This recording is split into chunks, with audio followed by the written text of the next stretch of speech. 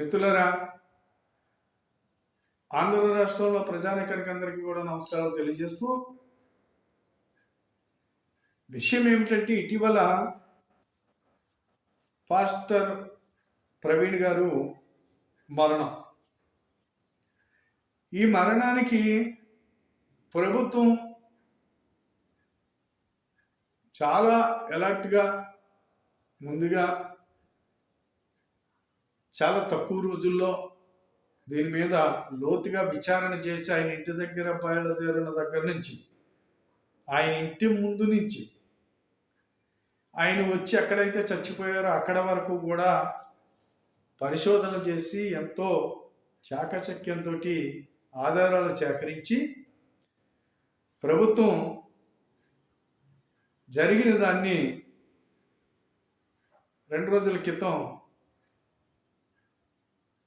Press meet పెట్టి మొత్తం అన్ని చెప్పడం జరిగింది.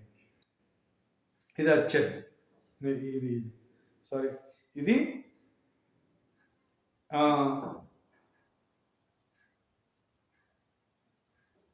ప్రవీణ్ పగడాల గారు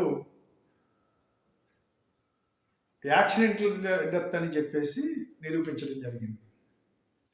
దీనికి గమనించండి ఒకసారి, ఆయన చచ్చిపోయిన రోజుని మలి రోజుని హిందువుల మీద వెళ్ళి ఈ ఇచ్చలవిడిగా వీళ్ళు ఇష్టం వచ్చినట్టు ఈ పాస్టర్లో చాలామంది మేము బైబిల్ పక్కన పెడతాం, మేము యుద్ధాలు చేస్తాం, రక్తపాతం సృష్టిస్తాం అని చెప్పేసి వాళ్ళ వాగిన వాగుళ్ళన్నీ కూడా యావత్తు హిందూ సమాజం కూడా ఈ ప్రభుత్వాలు కూడా ఒకసారి గుర్తు చేసుకోవాల్సిన అవసరం ఉంది, జాగ్రత్త పడవలసినటువంటి అవసరం ఉంది. ఇక్కడున్న ప్రభుత్వాన్ని అస్థిరపరచాలని, ప్రభుత్వం మీద బ్యాట్ తేవాలని, హిందూ సమాజం మీద దాడి చేయాలని, ఈ రకమైనటువంటి ఏదైతే వీళ్ళ దగ్గర ఒక కుతంత్రము దాగి ఉన్నదో దీని మీద మనం ఖచ్చితంగా ఆలోచించుకోవాల్సినటువంటి అవసరం ఉంది.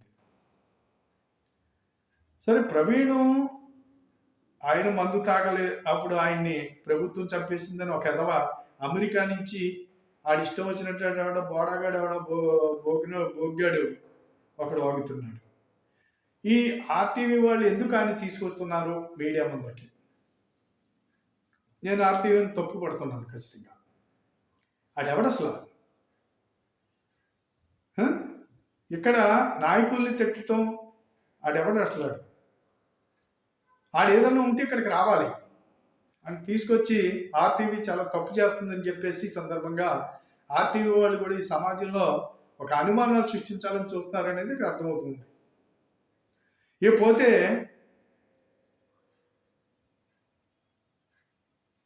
ప్రభుత్వాలు చంపేసినవి, హిందువులు చంపేశారు, లేకపోతే ఎవరో చంపేశారు, లేకపోతే ముస్లింలు చంపేశారు అని ఒకసారి ఇలా రకరకాలైనటువంటి వీళ్ళ అనుమానాలు రకరకాలు చేస్తున్నారు. కానీ ప్రవీణ్ గారి యొక్క కుటుంబం మాత్రం ఏ రకమైనటువంటి తప్పు మాట మాట్లాడకుండా వాస్తవాలు ఏంటో వారికి తెలుసు, వాళ్ళు ఏ తప్పు మాట్లాడలేదు. ప్రభుత్వం మీద మాకు నమ్మకం ఉంది, ప్రభుత్వం ఏదైతే చేస్తుందో దాని మీద ప్రభుత్వం పూర్తిగా దీని మీద బాధ్యత తీసుకుని విచారణ చేస్తుంది, ప్రభుత్వం మీద మాకు నమ్మకం ఉంది, ప్రభుత్వం రిపోర్టే మా రిపోర్ట్ అని చెప్పేసి వాళ్ళు చెప్తున్నారు. సరే, ఈ మధ్యలో అనేక మంది వీళ్ళు ఇష్టం వచ్చినట్టు చేసినప్పటికీ ప్రభుత్వం దాన్ని ఆయన యాక్సిడెంటల్గా చచ్చిపోయారనే దాని గురించి చెప్పినప్పటికీ ఇవాళ కూడా అందరూ రకరకాలుగా అది అనుమానం ఏం చెప్పింది, మేము వచ్చంటే వచ్చే అంటే ఇక్కడ ఎంత దారుణంగా మాట్లాడుతున్నారంటే వీళ్ళు వెనకాల ఉన్నటువంటి ఆలోచనలు ఏమిటి అనేది ఇక్కడ మనం గమనించుకోవాలి. ఖచ్చితంగా ఈ రోజున ప్రభుత్వాన్ని నేను అడుగుతున్నాను, ఎవడైతే ఈ అనుమానాలు రేకెత్తిస్తున్నారో వీళ్ళందరినీ ఎందుకు అరెస్ట్ చేయట్లేదు? మీరు ప్రభుత్వం అడిగింది ఆధారాలు పట్టండి, మీరు అనుమానాలు కాదని చెప్పేసి ఆధారాలు ఎవరు తేవట్లేదు. మా దగ్గర ఆధారాలు ఎందుకుంటాయి? మేము అనుమానాలే వ్యక్తపరుస్తాము, మీరు ఆధారాలు ఎత్తుకున్నట్టు. ఎటకారంగా ఉందా మీకు? ఇదొకటి. పోతే ఎక్కడ దాకా దీన్ని సెంట్రల్ నాయకుల దాకా తీసుకెళ్ళటం అనేది ఎక్కడ దాకా మామూలుగా జరుగుతుంది అనేది ఇటీవల హర్ష్ కుమార్ అనేటువంటి ఒక మాజీ ఎంపీ కూడా ఈ రకమైన కోతలకు వస్తున్నాడు. సెంట్రల్లో బీజేపీ చేసింది. సరే, ఇక్కడ ఒకటి మనం ఆలోచించుకోవాలి. ఒకటి మనం ఎందుకు ప్రవీణ్ గారిని ప్రభుత్వం ఎందుకు చంపుద్ది? హిందువులు ఎందుకు చంపుతారు? చంపేసి ఉంటే పాస్టర్లో చంపేసి ఉండాలి. ఎందుచేతంటే ప్రవీణ్ పగడాల గారు ఇంతవరకు ఆవిడకి తెలియదు వెతగాను. ప్రవీణ్ పగడాల గారు రాజకీయ నాయకుడు కాదు, రాజకీయ ప్రత్యర్థి కాదు, లేకపోతే ఆయన ఏమీ ఒక ఉగ్రవాది కాదు, ఒక తీవ్రవాది కాదు. ఆయన ఒక మత బోధకుడు. అలాగే హిందువులు చంపేశారనే దానికి హిందువులతో ఎవరితోటి వాళ్ళకి శత్రుత్వం లేదు ఆయనకి. హిందువులు పాస్టర్లు చంపేసేటువంటి పనే పెట్టుకుని ఉంటే ఈ క్రైస్తవ మతం ఈ రకంగా ఇక్కడ పెద్దలేదు. క్రైస్తవ మతం ఇక్కడ ఈ రకంగా క్రైస్తవులు ప్రచారం చేయలేరు. హిందువుల్ని తిడుతూ, హిందూ దేవుళ్ళని తిడుతూ వీళ్ళు ఇష్టం వచ్చినట్టు విచ్చలవిడిగా ఏ పాస్టర్ చూసినా చర్చిలోకి వెళ్ళి అక్కడ బైబిల్లో ఏముందో అది చెప్పడం. వాడు ఆ బైబిల్లో ఉన్నదాన్ని చెప్పి మానవ సమాజాన్ని ఇలా నీతిగా బతకాలి, ఇలా బతకాలి, ఇదని చెప్తే తప్పలేదు. ఈ హిందూ భూమిలో హిందూ గంధాల్ని ఏలెత్తి చూపించేటువంటి దౌర్భాగ్య స్థితికి వీళ్ళు పోయి హిందువుల మీద దాడులు చేస్తూ, హిందూ దేవాలయాల మీద దాడులు చేస్తున్నటువంటి క్రైస్తవులు ఎవరైతే ఉన్నారో అయినప్పటికీ హిందూ సమాజం భరిస్తూనే ఉంది. చట్టాలు ఉన్నాయి, వాళ్ళకి చెబుతుంది.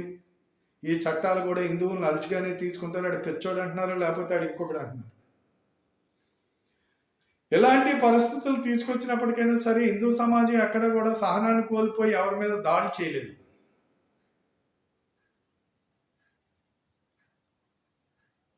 ఇది జరిగేది. కరుణాకర్ సుగుణి గారిని, లలిత్ గారిని, అమారా ప్రసాద్ గారిని, ఈయన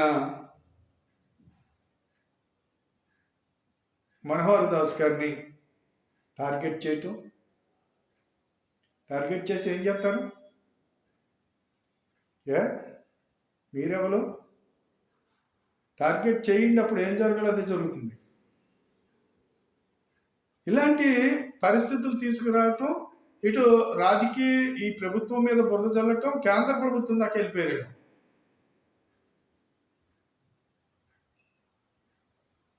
ఇది వీళ్ళు చేసేటువంటి వాదన. కాబట్టి ప్రభుత్వాన్ని మేము కోరుతున్నాం, ఎప్పటికీ కూడా వీళ్ళ మీద ఖచ్చితంగా కేసులు బుక్ చేయాలి. వీళ్ళని ఆధారాలు ఇచ్చేదాకా లోపలెట్ కొట్టాలి. అప్పుడు కానీ ఇక్కడ లేదంటే ఏదో ఒకటి వీళ్ళు అలజడి సృష్టించి ఏదో రకంగా మత కలహాల మధ్య మంటలు కాగాలని చూస్తున్నారు. ఇది గమనించుకోవాల్సినటువంటి అవసరం ఉంది. అయిపోయింది. పోలీసు వారు ఇది యాక్సిడెంట్ డెత్ అని చెప్పిన తర్వాత ఆయన మందు తాగారు, మందు కొన్నారు, 3 చోట్ల మందు కొనుక్కున్నారు. మందు కొనుక్కున్న వాళ్ళు ఎవరు ఎందుకు కొనుక్కున్నాడు? ఆయన తాగటానికే కదా. అబ్బాయి ఆయన మందు తాగడం, వీళ్ళు సర్టిఫికేట్ చేయడం, బాడీలో ఆల్కహాల్ ఉందని చెప్పేసి రిపోర్ట్లో ఉందనేది పోలీసులు చెప్పారు, డాక్టర్లు చెప్పారు. ఆయన మందు తాగడానికి వీళ్ళు చెబుతున్నారు. సరే, ఆయన మందు తాగారో తప్పేం కాదు, మందు తాగితే తప్పని ఎవరున్నారు? ఆయనే చెప్పారు. నేను చాలా దుర్మార్గుడిని చెప్పింది ఆయన వీడియోలో ఉన్నది. నేను మర్డర్ చేశాను, మా అన్నగారి మీద ఎవడో కత్తిరిచేసినాడు, వాడిని పట్టుకుని చంపేసి తుప్పల్లో పడిచేసాను అని చెప్పాడు. వీడియోలు చూడండి. ఆయన ఆయన వీడియో నేనే చూశాను. ఆ వీడియో చూసే నేను అంటున్నాను ఈరోజు. నేను అనేక అలవాట్లు నాకు ఉండేవి. నేను అలా చేసేవాడిని, నేను రౌడీని, నేను ఇలా చేశాను, నేను అలా చేశానని ఆయన వీడియోలో ఆయన చెప్పుకున్నాయి. ఆయన ఎవరో తెలియదు. ఇంతవరకు మనం ఎప్పుడు ఆయన గురించి తెలియదు. ఆయన వీడియోలు ఈ మధ్య వైరల్ అవుతూ ఉంటే చూస్తున్నాం. ఆయన ఇంకా రకరకాలు ఎన్నో చెప్పాడు అనుకోండి. హిందువులు దేవి దేవతల మీద ఆయన కూడా చాలా దారుణంగా మాట్లాడాడు. ముస్లింల మీద దారుణంగానే మాట్లాడాడు. ఇదే నేను చెప్పేది. ఎందుచేతంటే నువ్వు ఎక్కడికి వెళ్తున్నావో, నువ్వేం చెప్పుకోవాలనుకుంటున్నావో అది చెప్పుకో. నీ గ్రంథం గురించి చెప్పుకో. మరి ఇతర మనోభావాలు దెబ్బతీసేలా నువ్వు చెబుతున్నావు అంటే ఎవరైనా సరే వాళ్ళ మనోభావాలు దెబ్బతింటే వేరే రకంగా ఉంటుంది కదా అని అది చేయలేదు. ఇప్పుడు వరకు ఆ వీడియోలు వైరల్ అవుతూ ఉంటే అందరికీ తెలుస్తుంది. కాబట్టి ఆయనే చెప్పాడు, నేను ఇలా చేశాను, నేను అలా చేశాను, నేను మందు తాగాను, నేను ఇది చేశాను, నాకు అన్ని అలవాట్లు ఉన్నాయి. నేను ఏదైతే మామూలుగా అక్కడి నుంచి కడప నుంచి బయటకు వచ్చి నేను క్రైస్తవ మతంలోకి వచ్చి క్రైస్తవులు నేను మారాను అని చెప్పేసి ఆయన చెప్పినవి తప్ప ఇక్కడ ఇందులో ఏ రకమైన నచ్చచ్చు. నేనేమి ఆయన ఎవడో నాకు తెలియదు, ఆ స్టోరీ నాకు తెలియదు. కానీ జరిగినటువంటి స్టోరీ అంతా కూడా ఈ రోజున పోలీసులు తెలిపిన ప్రకారంగా మాత్రమే మాకు తెలుసు. దీన్ని కుదరదు, ఇది నమ్మము మేము, ఎట్టి పరిస్థితుల్లో నమ్మము మేము. పోస్ట్ మార్టం చేయించవచ్చు కదా, వెళ్ళి ఎవడు కదన్నాడు? నేను నమ్మకం లేదు, చేయించు, తప్పే ఉంది. అలా దుర్మార్గుడు కూడా ఆయన చంపేసిన దుర్మార్గుడు దొరికితే మేము కూడా ఆనందిస్తాం. అంతే. కాబట్టి ఈ క్రైస్తవిజంలో ఉండేటువంటి పాస్టర్లో వీళ్ళ యొక్క అవసరాల కోసం, వీళ్ళ బాగుల కోసం, వీళ్ళు చేసేటువంటి అమాయక ప్రజల్ని రకరకాలుగా చేస్తున్నటువంటి మోసాలన్నీ ఏవైతే ఉన్నాయో అన్నీ కూడా అందరికీ తెలుసు. కళ్ళు తెప్పింతాము, కాళ్ళు తెప్పింతాము, తెప్పింతాము, అయితే ఇవన్నీ మోసాలు కదా. ఎవడు బాగుపడుతున్నాడు ఇక్కడ? పాస్టర్ తప్పితే మిగతా వాళ్ళు. ఇప్పుడు మీ పరిధిలో సపోజ్ ఓ పాస్టర్ ఉన్నాడు, ఒక గ్రామంలో 200 మందికి ప్రార్థన చేస్తున్నాడు, 200 మంది అడుపు దిగుతున్నారు, ఈ పాస్టర్ ఒకడే బాగుపడుతున్నాడు. ఇచ్చేత 200 మంది దగ్గర దశభాగాలని చెప్పేసి నువ్వు రోజుకి ఎంత సంపాదించినావు అందులో 10% పట్టుకొచ్చి మాకు ఇచ్చి ఇవ్వకపోతే ప్రభు క్షమించడు మిమ్మల్ని, నీకేమి మామూలుగా నిన్ను చెప్పిస్తాడు అని చెప్పేసి భయభ్రాంతులకు గురి చేస్తున్నారు ఇక్కడ పాస్టర్లు. అనేది వాస్తవం అవునా కాదా అనేది మీరే చెప్పండి. వాస్తవం నేను చూపిస్తాను రా అని ఎన్ని చూపించాలండి. కాబట్టి ఇలాంటి శోధన మానేసి నీ గ్రంథం, నీ నమ్మకం యేసుప్రభు దేవుడు, నీ నమ్మకాన్ని ఈదిల్లంటే వచ్చి నిజమైన దేవుడు యేసే దేవుడు ఇంకెవడో లేడు ఏమనుకుంటున్నారు వీళ్ళు? లక్షల సంవత్సరాలు, కోట్ల సంవత్సరాలు ఇక్కడ హిందూ భూమిది 2000 సంవత్సరాల చరిత్ర పట్టుకొచ్చి ఇక్కడ అందరినీ మోసం చేయట్లేదా మీరు? మోసం చేస్తూ అయినా హిందువులు సర్వమత సమభావన శాంతి దూతలుగానే ఎప్పుడు ఉంటారు. హిందువులు ఎప్పుడు ఏ రకమైనటువంటి ఘర్షణలు చెయ్యరు. ఏ రకమైన మంచి వాతావరణం, సకల జన సుఖనోభవంత్ అనేటువంటి కోరుకునేవాడు హిందువు. అందుకని హిందూ సమాజం మీద ఏదో కుట్ర జరుగుతుంది.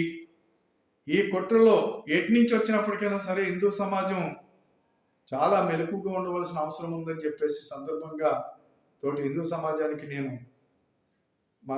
హిందూ సమాజాన్ని కోరుతున్నాను.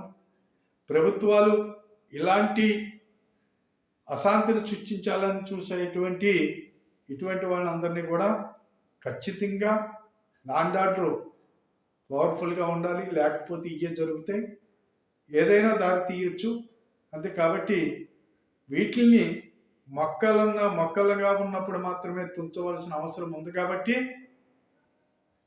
ఈ ప్రభుత్వాలు కఠినంగా వ్యవహరిస్తారని చెప్పేసి కోరుతున్నాను.